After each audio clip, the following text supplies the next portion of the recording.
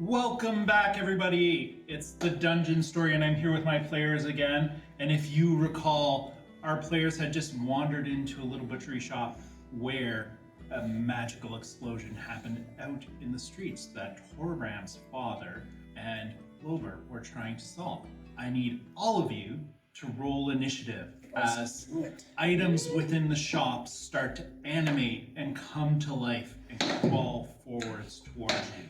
What did Archie get? Well, that's a nat 20, baby. Plus the 2, that's a 22. Ooh. What did Fidessa get? 3 plus 0.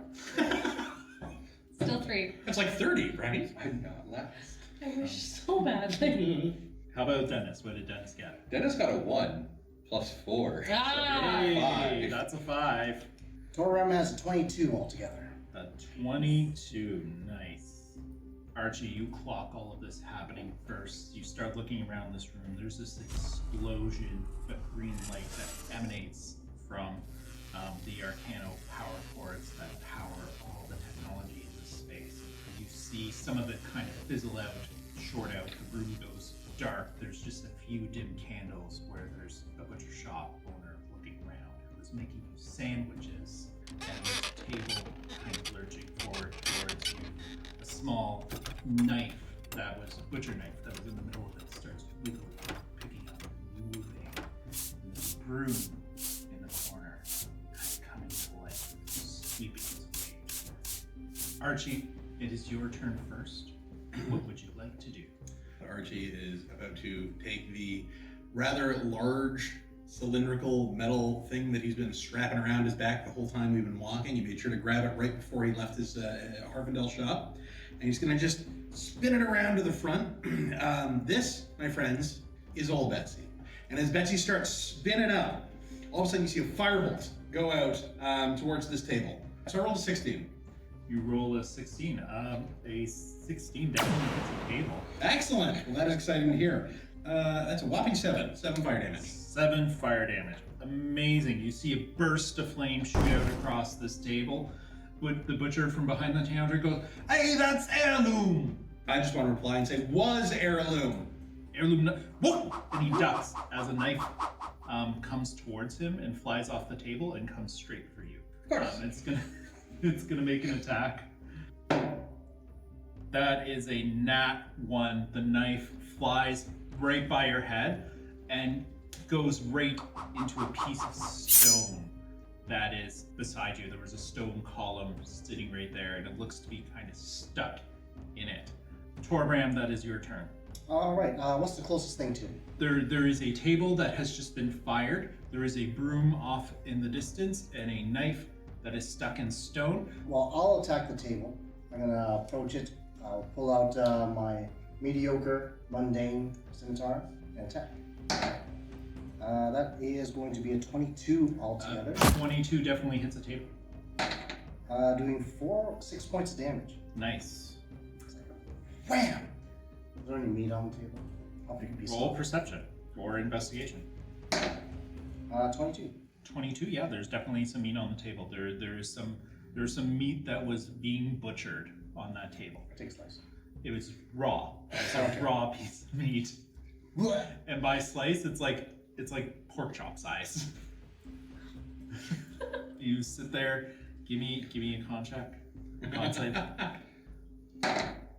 A 9. 9? Yeah. I mean, this is not good. This is disgusting. You feel like this is not a thing you should eat as you're doing this with a 9. Do you keep eating it? I yell out, "I'm never gonna eat here again." I just dropped the pork chop. You dropped it. Okay. What's that? Sorry, busy fighting. Oh, we love the Iron Guard here. I can make you something else. I'm still... He's ducked behind the counter, still making your sandwich. Don't worry, sir. Don't worry. It's coming. It's coming. I just don't know what's happening with my shop. I have so much love for this guy. I'm like, I can't wait to eat this sandwich. As you do that, and you were right next to the table is going to take an attack on you. Does a 21 hit your AC? It does. I will allow it. As you're standing there chomping on a pork chop, deciding if you should spit it out or not, the table leg comes up and swipes at you, and you take 9 damage. Ooh. That's not great. That's a big table. It's a big butcher table. The broom kind of sweeps up closer to you all. It's going to make an attack on you as it comes forward. And it looks like it's just trying to move through you and clean the space, but it's going back and forth and back and forth. That's a nat 20. That's a bummer. Whacks you right in the face as you try to sidestep it. You take 10 damage. Okay. My therapist is in here about this. Dennis, that is your turn. So Dennis is looking at a table on 2 legs and a broom that's sweeping. He's thinking, why can't this be normal? This is not normal. This is the least normal day you've had. None of your father's training has prepared you for any of this. I'm sorry. None of his father's training? Have you never heard of a tables, ladders, and chairs match? Yeah, but normally it's not the table that's hitting you. To be clear, he hasn't gotten there yet. His All right. father doesn't trust him. He sent him on a delivery mission. This is very confusing for poor Dennis. I guess Dennis is just gonna go punch the table a couple times because it's kind of like punching the rocks at home. You can the table is up, has 2 table legs out, kind of curved its back. Go ahead and make your attacks. All right, let's see. It's a 17, 17 hits a table, yeah. and the second hit would be. Ooh, that's a 9. A 9, unfortunately, does not hit. The table kind of twists unnaturally out of the way for that one. All right. Well, the first hit gets in for 8 damage. Nice. You think you actually leave a knuckle imprint as you punch into this table the first time. Fidessa, that is your turn. Since the table and the broom seem to be occupied and the knife is buried in the wall, can I use my action to try and stop the goo that's still coming out of the the pipes? Definitely. There is like this arcane energy emanating from the pipes. What would you like to try and do? Could I use an Arcana check to see if I can stop it somehow? Like see if there's a shut off or something that seems to be broken that I could potentially stop? Definitely. That would be, you're going to use Arcana to do this? Sure. Yeah. 22. 22, thinking back to your former employment, there were emergency procedures that you had to know and to go through at your job, and you knew all of them. You were very studious. You knew all the emergency plans, and there is definitely a shut-off valve for this. And you can probably make it there on your next turn as you have used your action for a Arcana check. Perfect. Fantastic. I'd like to use my 30 feet of movement to get as close to that as possible while leaving at least 5 feet around all of the dangerous objects around me, if possible. And if not, I'm willing to take at least only one. Give me a survival check. Okay. Oh, this is gonna be. I think this is a good use for survival. That's a natural one. That's a big hot one, baby. As you tried to slink past the table, you just didn't. Table's got a lot of reach. That is a dirty 20 to hit. Yeah. 10 damage. I'm down. You're down. You clock where this is, and you drop to the ground. Alabaster's turn next. He goes, "Whew, another one of you dropped. I told you. There was something I was going to try, but I can bring up your friend instead, if you wish." She's just gonna drop again. You there! Please get up and help. It is very dangerous in here, he screams. And you take 5 healing points as you feel rejuvenated, and where this table leg hit you, you feel the wounds start to kind of heal magically, and the broken ribs kind of form back together that were kind of crushed as this thing had come in and swiped you directly in the chest. God, I hope Torbram didn't see that. It's gonna leave a bruise. I saw that. One sandwich up! One sandwich up! Conflicting. So conflicting. He has done one sandwich. That is Archie's turn. So from behind the counter, I would love to attack that goddamn table again. Yep. Yeah. And so I don't melt all of his goods from behind the counter. Gonna use Ray of Frost. I see what you did there. I appreciate that. So we're gonna see how this goes. Oh, nat 20, baby! Nice! So 26 overall. Yeah. 26 hits the table. This table with its table legs extended out, swinging wildly in the middle of this space. Roll your damage. All right, that's let's a do critical hit. So roll double your dice. Okay. I'll roll my d8 twice then. That is a 7 on the first one. And a 7 again, 14. Amazing. Half of this table is iced over. The top 2 legs are still sticking out of this block of ice. Anything else you'd like to do with your turn? I don't really think there's much I can do other than maybe just use whatever movement points I have left to duck down behind the counter. You definitely duck down Right. behind the counter. Great, that's it. The knife is going to make a strength check to try and get out of the stone column. I love D&D. Honestly reasonable. Yeah. I love D&D. Pretty strong. That's not going to do it. It's still wiggling there, stuck in the column. Torbram, that is your turn. I would like to maneuver, if possible, into a flanking position due to my military background and training. You can definitely do that without leaving its threat range, yeah. Okay, and as I'm doing that, I'm pulling out my short sword. So now I got 2 weapons in my hands. Gotcha. Cool. So with the scimitar, I hit with a 20. A 20 definitely hits. All right, and that's going to do 10 points damage. Tell me how you finish this table. Leave him right in the center. You cleave him right in the center, and the table doesn't split, but what happens is you see this magic disapparate from it, and it kind of clatters down into the space. That's awesome. Mediocre did it again. You still have, A second attack. I'll move to the broom, you move to the broom. and I will attack that with a 9. A 9 does not hit the broom, unfortunately. The broom is moving very quickly back and forth. The broom does clock you, however, having you swing down at it and so you make an attack.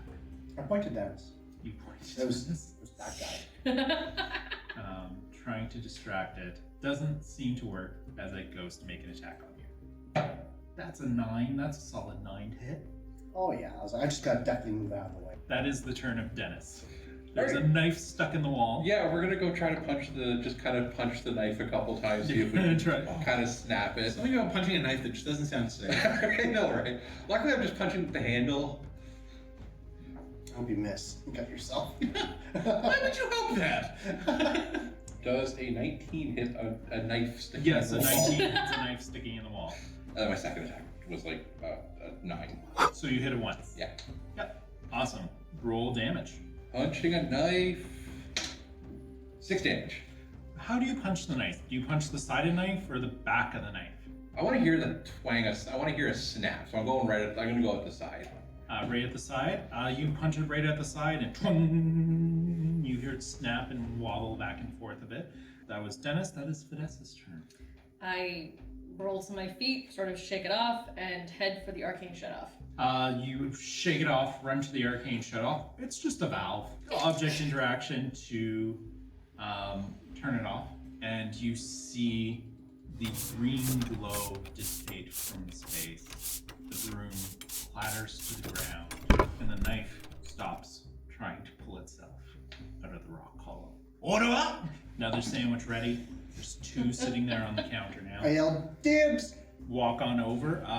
That is the end of combat as everything kind of de-animates. Oh, my dad. I go outside to check. You go and check on your dad. You go, hey son, did you get them to shut stuff off? Nothing happened out here? No. Like, stuff started happening. The table attacked us, I had to kill it. The broom attacked us, I had to kill it. The knife attacked us, I had to kill it. Would I tell you about your stories? I just turn about face, walk back inside, and go grab my sandwich. Heading back inside, Alabaster comes out from behind that and he says, well, that was rather strange, and takes a bite of a sandwich. I've never seen the like of that. This is not something that generally happens. The conduits are generally very safe and very secure. There's entire manuals about how to keep the conduits safe and secure. They shouldn't be just animating objects left, right, and center. Was there anything going on outside? This is true. Nothing was happening outside, but I wonder if it has anything to do with the shard that we have. Oh no. I hope not. Oh, well, I couldn't imagine. You can make a roll for that if you want. Yeah. That would be, tell me what skill you're using. History. History. Have I read History- anything about this previously happening? 9? You haven't. 9? Was it an it is 9? I'm sorry. Yeah. 9? You remember some strange headlines in the paper you read the other day. Some funny things about the driverless carts in Slope malfunction. I'd like a history check from Dennis. This is super low. 17. 17 is good enough to remember something that happened today. You came across a levitator that was iced over. Yeah, this object being in this space right now is not the reason why this happened. If things that are similar to this happened elsewhere in the city, unless this Yeah, shard is getting that's around. just Where was the object then? I know. right? That's Getting just around. common sense, so yes. I'm gonna go back outside. You head back outside. Go with them. You Yeah. all head back outside. I take their sandwiches and start putting them in my pouches. You take the rest of the sandwiches. The butcher looks at you and goes, "Always a pleasure to have the Iron God in here. You come whenever you want." I appreciate you helping us out there, citizen. I appreciate everything the Iron Guard does, sir. You step out the door, the little bell jingles, and you're back into the street. Lober and Torbram's father are working on something, and they're essentially going back and forth. And there's these two conduits, one that is essentially City Waterworks, and the other one that is powers our convotech next to each other. Well, give me a perception check. 11. 6. Same. Fun. Sorry, I got With two the sets. 25. 25. A bunch of the stone that was part of the drainage that is just carved into the stone of the mountain has turned to a sludge. They're both looking at it and they're going, "Damn this thing!" What's the damnedest thing about it? The tubings usually don't crack. Some reason this solid rock ain't solid rock. Did anything happen inside there? Well, And everything's shut off? Because this is weird. everything shut off. We got some sandwiches. There was a spill of arcane energy. It did not look like how it regularly looks. They animated both a table, a broom, and a knife. Have things like this been happening in other places? These conduits are supposed to be very safe. Lately, yeah. They never used to. Do you know when these pipes would have last been checked? Oh, well, we kind of do regular inspections, walk the lines and check them every now and then. I mean, not all of them are exposed. Some of them go into the rock. And some of them, it seems, come out of the rock too, when they're not supposed to. That's not good city works. And she's just like visibly upset by like the system is not working. Alabaster clocks that you're upset, and he puts a hand on you. You feel a wave of calm come over you. Do you allow this to happen, or do you resist it? I resist it. I'm allowed to have my emotions. That's okay. I need a wisdom saving throw from you. 11. That's not going to do it, and you're still concerned. You still have emotions, and he goes, "There, calm and clear, calm and clear." Alabaster's like, does this smell like chloroform to you? It does. Get that out of my face. No, he casts calm emotions on you, and essentially you just immediately settle. But forgive me for being a little bit agitated. It's just these systems are meant to be trustworthy. They're designed to be trustworthy. They're checked to be trustworthy. So when they start animating tables and attacking people and knocking people unconscious for no good reason, I get a little bit emotional.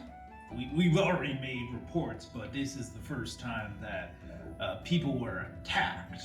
We would appreciate if you made your way down to City Works to file an official report. Betty's down there. You can speak with her.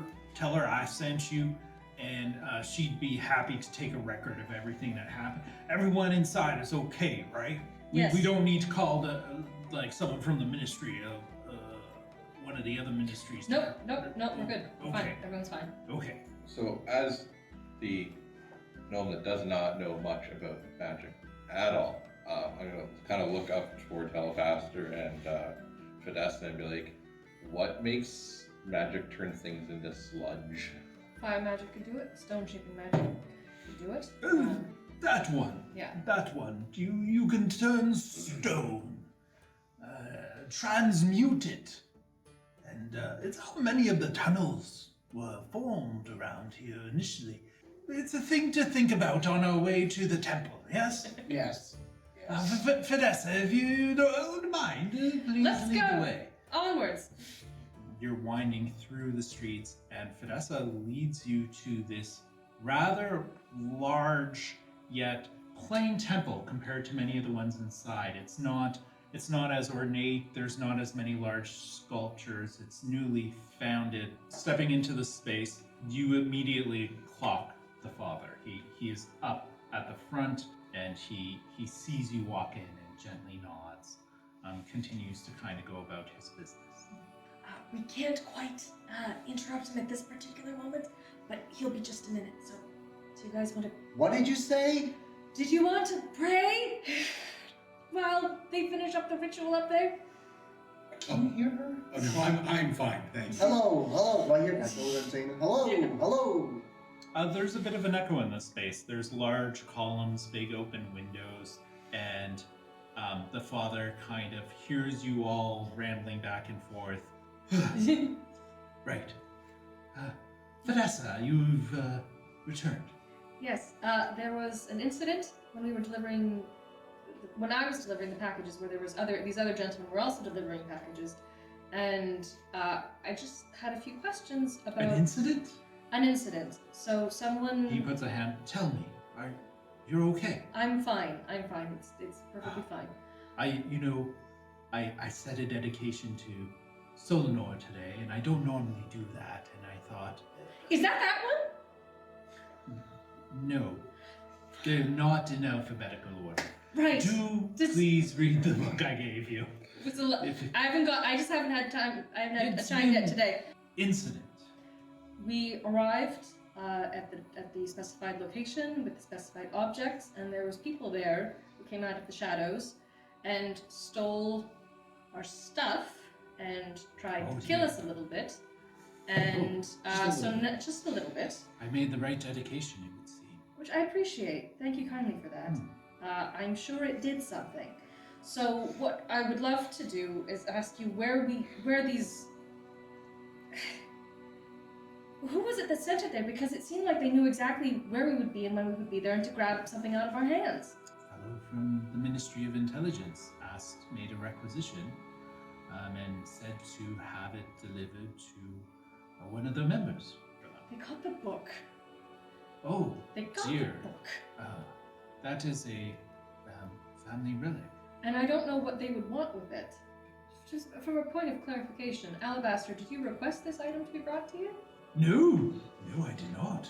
So someone from the ministry came to you, Father, said, give us this book to give to this person who doesn't know that they're going to receive it. And then somewhere along the way, there just happens to be people who show up at exactly the right moment and wish to snatch it directly out of my basket. I'm confused. A fellow from the Ministry of Intelligence came here and requisitioned supplies. We had a reliquary bequeathed to my family that has been since before the calamity in the ceiling of the mount. It was an ancient tome. It is forbidden knowledge, but because it was bequeathed to us by celestial powers, we were permitted to keep it. And the Ministry of Intelligence, having those records, requested it for study, and these components for study of something. I don't know what. Okay, but It was a fellow named Daventhor? So, what was in that book of yours that would be forbidden, Father? I'd rather not say. It is one of those things that you should not know. I'd like all of you to roll intelligence on this continuing to come up. 11. 22. no. 22. Knowing forbidden knowledge is a crime. Like, knowing and studying this is a crime. And if a ministry is doing this, it is fine. And the father goes, I know it was in the book. And it is, if it is of dire consequence, I would share with my friend Fidessa, if it is that dire. I would rather not, if it is okay, as I feel like it could be a thing that puts her in danger. Why would you not just send the relic and requested components with the person who was with the Ministry of Intelligence? The order needed to be prepared. You see, when preparing spell components for clerical duties, there are rites that must be followed. It's a lot of make Gathered. work. I don't like saying that. I prefer saying rights, I but she is not wrong. There is a lot to it, and it's not a thing that an officer would know how to do or how to request. Given what's happened, I would think that the Ministry of Daventhor would be keen to know the situation. We'd be happy to report it to him. Can you advise on how we can get in contact? I could do that. This is the thing I could do for you all. I could report it to Daventhor. I seem to recall a Daventhor. Interesting. I kind of look at Fidessa like You I gotta walk over to a corner. And I join him. This isn't particularly subtle. I'm very subtle. Anyways, listen. I think whatever information your friend has could be related to this, and it sounds dire. I think he might trust you. I don't know how well you know him, but I think he might trust you. So if you can kind of wiggle a little bit of information, it might help us out. Because I think there's something big going on that no one wants us to know. I don't want to put him any more at risk than he already is, but I do agree that we need more information than what we currently have. So I head back to the group at large. I don't want to put you in any more trouble than you already are, and you put your neck out for me already, but the objects that have currently gone missing, in addition to your book and spell components, relate to planar natures greater than anything I've ever encountered or been allowed to know about.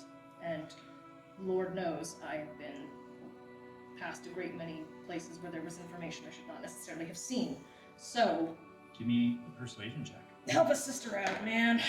That is a mighty 4.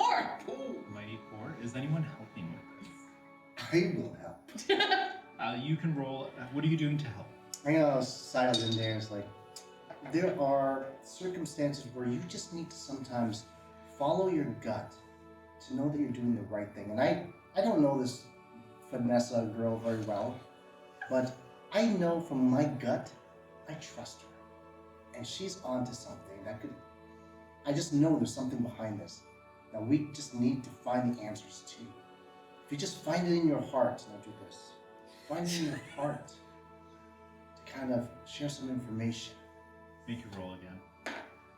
Oh! It's natural 1, so the 4 was the better of the 2. I'm sorry. I trust my friend, but I don't know any of you. Father, I understand. It's forbidden knowledge. You don't want to share it. You can't trust it. We completely understand that. I'm not going to pester you for that. However, if that book was going to Alabaster here to be investigated, Alabaster is with the Ministry of Information, and this was something that you were complicit in, you were happy to pass that along.